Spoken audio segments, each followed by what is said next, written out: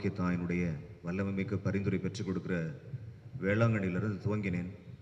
இந்த நற்கருணை பிரசன்னம் முன்பாக இந்த மெயின் ஆல்டர் முன்னாடி இந்த ஆண்டிற்கான ஒரு அருமையான வாக்கு தத்துவத்தை ஆண்டவர் கொடுத்தார்.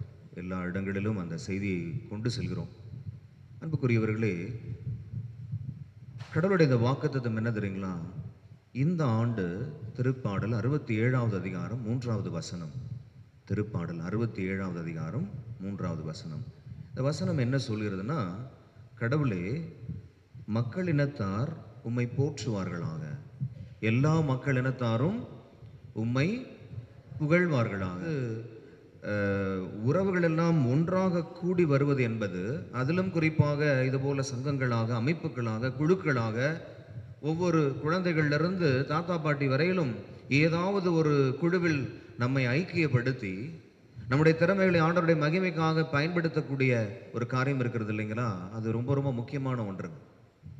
குறிப்பிட்ட அந்த அருமையான நாளில் ஆண்டவர் இந்த ஆண்டு நமக்கு வைத்திருக்கக்கூடிய காரியங்கள் என்னவென்று சொன்னால், ஆண்டவர் நமக்கு எத்துணை ஆசீர்வாதத்தை வைத்திருக்கிறார், எவ்வளவு அவர் நம்மை ஆசீர்வதிப்பார் என்று சொன்னால், நாம் அவரை போற்றிக் கொண்டே இருக்கக்கூடிய, நாம் மட்டுமல்ல எல்லா மக்களும் அவரை புகழ்ந்து கொண்டிருக்கக்கூடிய ஒரு ஆண்டு தான் இந்த ஆண்டு.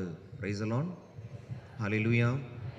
பிரியமானவர்களே, பல ஆண்டுகளாக சில பேர்லாம் சில விண்ணப்பங்கள் எல்லாம் வைத்து, சில தேவைகள் எல்லாம் முன் வைத்து அவங்க ஜெபித்து கொண்டே இருப்பார்கள். ஆண்டவர் சொல்றார், இந்த ஆண்டு உன்னுடைய எல்லா தேவைகளையும் நீ எதையெல்லாம் எதிர்நோக்கி காத்திருந்தால் சொல்கிறார், இந்த ஆண்டு நீங்க என்னென்ன காரியங்களை எல்லாம் எதிர்நோக்கி இருக்கிறீர்களோ அதெல்லாம் உங்களுக்கு ஆசீர்வாதமாக அமையும். ஹல்லேலூயா. எத்தனை பேர் நம்புறீங்க? ஹல்லேலூயா. இப்போ இந்த திருப்பாடலை உங்களுடைய மனங்களுக்குள்ளாக வைத்துக் கொள்ளுங்கள். இந்த ஆண்டினுடைய தொடக்கத்தில், குறிப்பாக இந்த தவ காலத்தில், அன்புக்குரிய சகோதர சகோதரி, திருப்பாடல்கள் 51வது அதிகாரம் 15வது வசனம்.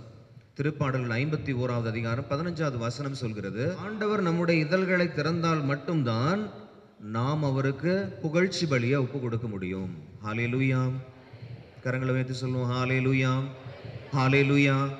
அப்ப அன்புக்குரிய சகோதர சகோதரிகளே, அப்ப நம்ம இந்த பலிக்குள்ள வருகின்ற பொழுது, தொடக்கத்துல அன்புக்குரியவர்களே, நம்ம ஆண்டவரே நீங்க என்னுடைய இதழ்களை நீங்க தொட்டாதான் நான் உமக்கு புகழ்ச்சி பலியை ஒப்பு கொடுக்க முடியும். எல்லாரும் அப்படியே எழுந்து நின்று இந்த 2 திருப்பாடல்களை மையப்படுத்தி நம்ம ஆண்டவரை போற்றி புகழ போகிறோம். இந்த ஆண்டு நீங்க சொன்ன வாக்கு தத்தம் என் தனிப்பட்ட வாழ்வில், என்னுடைய குடும்ப வாழ்வில், என் பிள்ளைகளுடைய வாழ்வில் அது நிறைவேற வேண்டும். உம்மை நாங்கள் போற்றி கொண்டிருக்க வேண்டும், உம்மை நாங்கள் புகழ்ந்து கொண்டிருக்க வேண்டும். ஆகவே எங்களுடைய இதழ்களை எல்லாம் திறந்தருளும் ஆண்டவரே. நீங்க எங்களுடைய இதழ்களை தொட்டால் எங்களுடைய இதழ்கள் மட்டுமல்ல, நாங்கள் உமக்கு புகழ்ச்சி பலி ஒப்பு கொடுத்து கொண்டே இருப்போம் என்று சகோதரரோடு இணைந்து ஆண்டவரை புகழ்வோம். ஏன் இந்த புகழ்ச்சி பலி? பலிக்குள்ள நம்ம ஆசீர்வாதத்தினுடைய தடைகள் சில நேரங்கள் இருக்கலாம் அன்புக்குரியவர்களே. அந்த ஆசீர்வாதத்தினுடைய தடைகள் உடைக்கப்பட வேண்டும் என்று சொன்னால், நம்ம எல்லாருக்குமே தெரிஞ்ச வாக்கியம், துதி எடுத்தால், சொல்லுங்க, துதி எடுத்தால் சாத்தான் ஓடுவான். நீங்க பாருங்க அன்புக்குரியவர்களே, சாத்தான் எங்கேயோ தூரமா இருக்கிறான் அப்படின்னு நினைச்சோம்.